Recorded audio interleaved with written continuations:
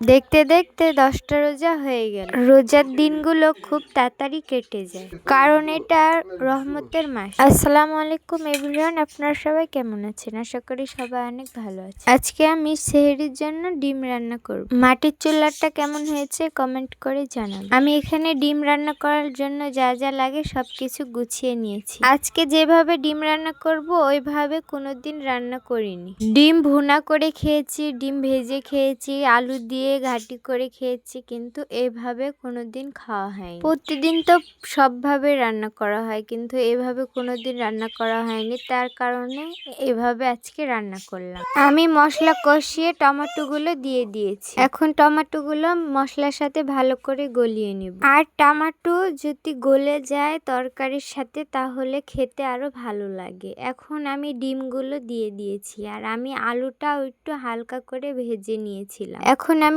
ডিমগুলো হালকা কষিয়ে পানি দিয়ে দেব।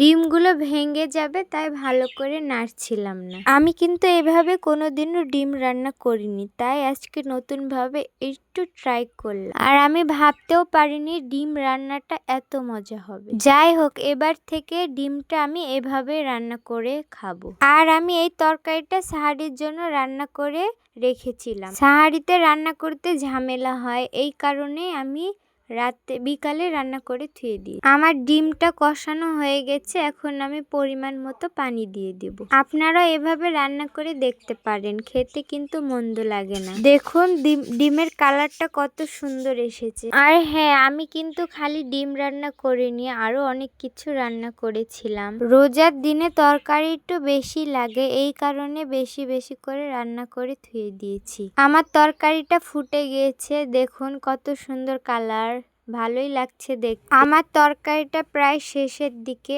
এখন আমি আরো একটা জিনিস দিয়ে দিব। এই জিনিসটা আমি কখনো দেইনি, এই প্রথম তরকারির ভিতরে দিই। সেই জিনিসটা হচ্ছে পেঁয়াজ ভেজে তারপরে পিষে তারপরে তরকারির ভিতরে দিলাম। এইটার নাম হচ্ছে ভাজনা। এই ভাজনা বেটে যদি তরকারির ভিতর দেওয়া হয় তাহলে বলে অনেক স্বাদ বেড়ে যায় তরকারি। তাই আজকে আমিও ভেজে দিলাম, দেখি কেমন লাগে। আমি এই ভাজনা ভাজার সময় অল্প পরিমাণ জিরার গুঁড়া দিয়ে দিয়েছি। আর আমি এটা ব্লেন্ডারে ব্লেন্ড করে নিয়েছিলাম।